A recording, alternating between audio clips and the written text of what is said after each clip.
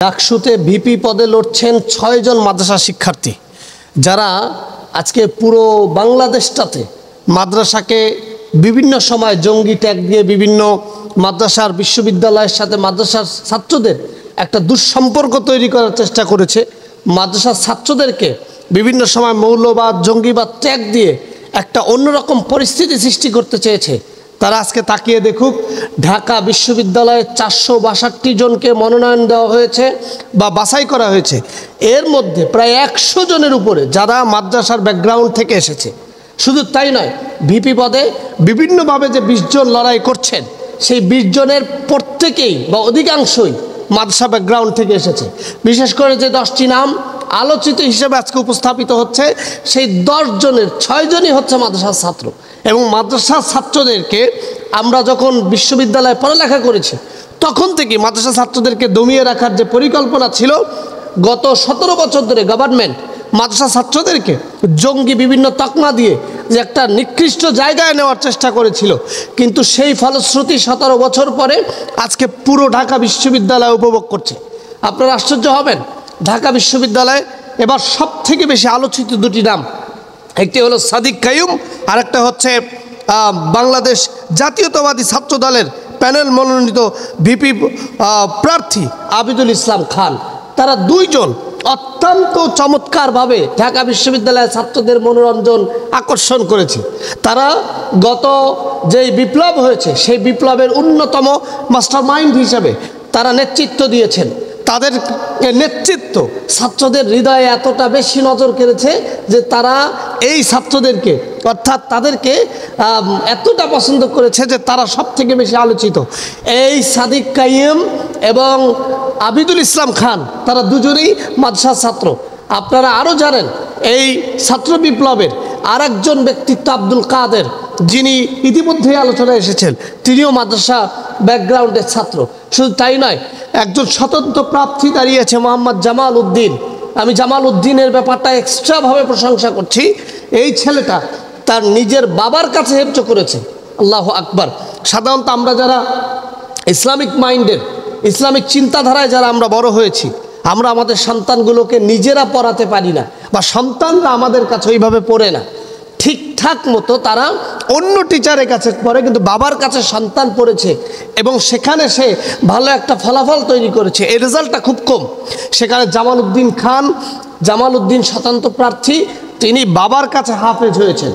এই সাদিক কাইয়ুম, তিনি বাংলাদেশের অন্যতম একটি দরবার বাইতুল শরফের একটি শাখা প্রতিষ্ঠান খাগড়াছড়িতে তিনি দাখিল করেছেন, এবং বাইতুল শরফ চট্টগ্রামে তিনি আলিম শেষ করে ঢাকা বিশ্ববিদ্যালয়ে রাষ্ট্রবিজ্ঞানের ছাত্র হয়ে তিনি চান্স পেয়ে আজকে নেতৃত্ব দিচ্ছেন বাংলাদেশের ঢাকা বিশ্ববিদ্যালয়। শুধু তাই নয়, আবিদুল ইসলাম খান, তিনি বাংলাদেশের অন্যতম বিদ্যাপীঠ নাম্বার 1 ব্র্যান্ড তামিরুল মিল্লাত মাদ্রাসার ছাত্র, দাখিল এবং আলিম, তিনি সেখানে পড়ালেখা করেছেন। আব্দুল কাদের মোল্লা, তিনি লক্ষ্মীপুরে পড়ালেখা করেছেন। এই প্রত্যেকটা ছেলেই তারা মাদ্রাসা থেকে দাখিল এবং আলেমের ব্যাকগ্রাউন্ড দিয়ে তারা আজকে মাদ্রাসার নেতৃত্ব দেওয়ার চেষ্টা করছে।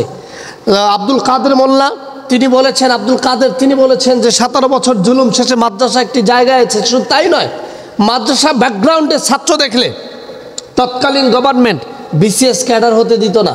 বিসিএস ক্যাডারে যখন জানা যেত যে তার সার্টিফিকেট ব্যাকগ্রাউন্ড মাদ্রাসা, তাকে আর বিসিএস হতে দেওয়া হতো না। শুধু তাই না, হতে দেওয়া হতো না, তাকে কঠিনভাবে অ্যানালাইসিস করা হতো। সাধারণ কলেজ ইউনিভার্সিটির ছাত্রকে যেমন লোকাল অ্যানালাইসিস করা হয়, কিন্তু মাদ্রাসার ছাত্রকে তার থেকে বেশি অ্যানালাইসিস করা হতো। তার মানে বোঝা যায় পুরো বাংলাদেশ এখন একটি নীরব বিপ্লবের দিকে এগিয়ে যাচ্ছে, যে বিপ্লবের নাম হলো ইসলামী বিপ্লব।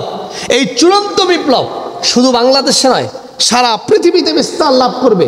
এই চূড়ান্ত বিপ্লবের মাধ্যমে পৃথিবীর প্রান্ত থেকে প্রান্ত পর্যন্ত ইসলামের পতাকা পথ করে উঠবে। ইসলামকে দমিয়ে রাখার যে পরিকল্পনা সারা পৃথিবীতে চলছে, তা কুশ্চিনকালেও সফল হবে না। বাংলাদেশে যেমন মাদ্রাসা ছাত্রদেরকে আটকে রাখার পরিকল্পনা চলেছিল, সেটা ভেঙে চুরে তছনছ করে দিয়ে আজকে ডাকসুর এই নির্বাচনে মাদ্রাসা ব্যাকগ্রাউন্ডের শত শত ছাত্র দাঁড়িয়ে গিয়েছে। আজকে ভিপি পদেই 6 জন 7 জন আলোচিত 10 জনের 6 জন ছাত্রই মাদ্রাসা ছাত্র হয়ে দাঁড়িয়েছে।